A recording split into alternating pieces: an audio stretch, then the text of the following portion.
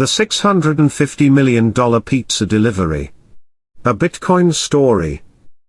If you have dabbled with cryptocurrencies, a form of digital money, in the past few years, you are definitely in a small minority, who have been brave enough to try something new, which was hard to explain, especially in the early years.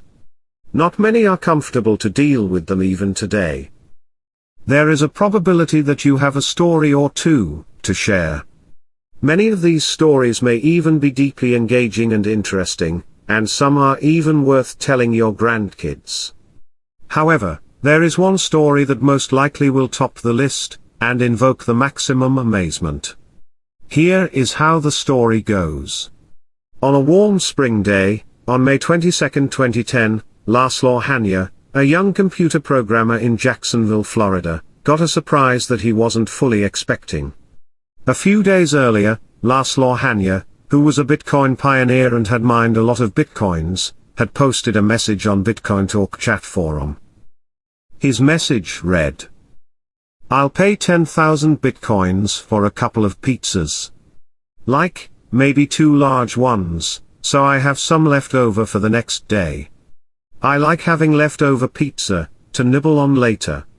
You can make the pizza yourself and bring it to my house, or order it for me from a delivery place, but what I'm aiming for, is getting food delivered in exchange for Bitcoins, where I don't have to order, or prepare it myself." The response came from a 19-year-old, named Jeremy Sturdivant, who was willing to trade the Bitcoins, and get the 2 large pizzas, that Laszlo had asked for. At that time, in May 2010, the 10,000 Bitcoins were worth a total of about $41. Laszlo was quite excited that he would get a couple of pizzas, for the cryptocurrencies he was about to trade. He had mentioned the toppings on the pizza with a message.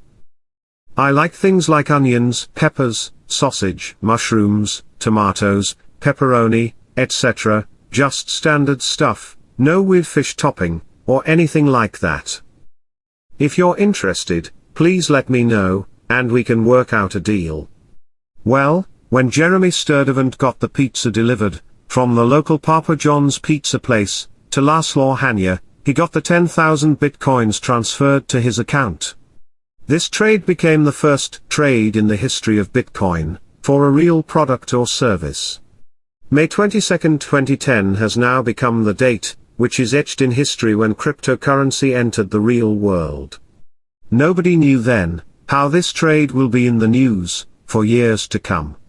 This first trade laid the groundwork for Bitcoins becoming accepted in more and more places, where real goods and services were traded for the new concept of a cryptocurrency. People started equating cryptocurrencies with real money, and what appeared to be some tokens, given in an arcade, was suddenly worth something. Soon, there were exchanges that came into existence, that allowed trading of Bitcoins.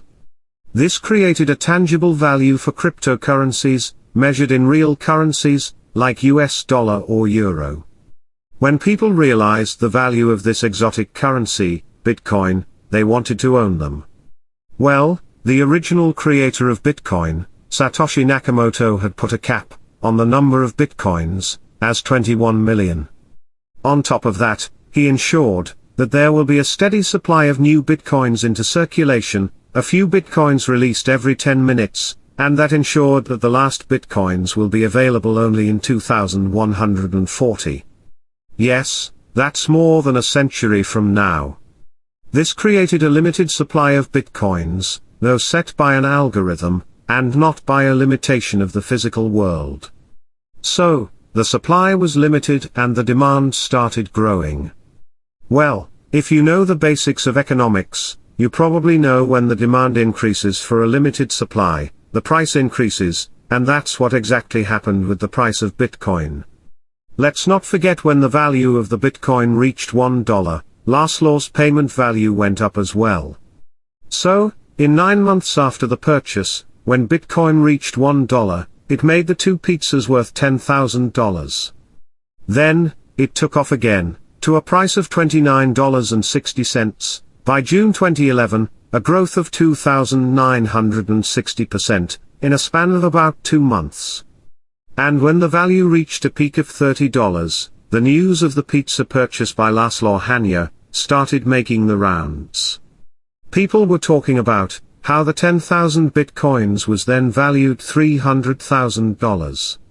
What people didn't know was how much more the bitcoins will increase in value, and how much more the value of those pizzas will turn out to be. Let's take a look at some more sharp rises in Bitcoin's price. The price of $1,237 was the peak on December 2013, which then went down drastically immediately. Every time the price of Bitcoin went up, Laszlo's purchase of the pizzas using 10,000 Bitcoins was brought into focus. It made news in some quarter or other. He was interviewed by many news outlets. By April 2017, the Bitcoin prices were back to $1,200, but nobody knew what was in store. Let's just rush through July 2020, a period when it went through a bumpy ride, but reached $10,000. But then in 2021, Bitcoin started growing exponentially again, and eventually reached a value of about $65,000. At the peak price of Bitcoin, the value of the Bitcoins traded for the two pizzas was $650 million. If this was not shocking enough, sources later revealed Laszlo Hanya had actually spent 100,000 Bitcoins buying pizzas during the summer of 2010, though Laszlo neither confirmed nor denied these numbers. If those numbers are right, then the value of the Bitcoins that the pizzas were bought during the summer of 2010 was about $6.5 billion.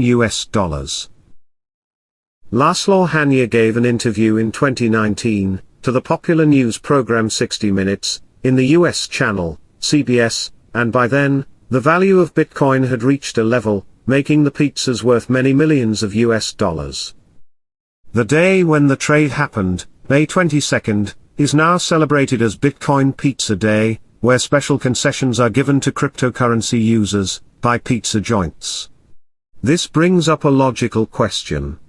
What happened to the 10,000 bitcoins? I hope you remember that the 10,000 bitcoins was transferred to Jeremy Sturdivant, who was a 19-year-old young man. Well, he didn't hold on to it much longer, either. He spent the entire 10,000 bitcoins, while traveling the US, with his girlfriend, and used it to cover expenses. Of course, don't ask me what happened to the ones who got those bitcoins from Jeremy. We don't have the information to track those details. I hope you liked the story. And the moral of the story is: if you don't understand something well, don't trade it. Thanks for watching.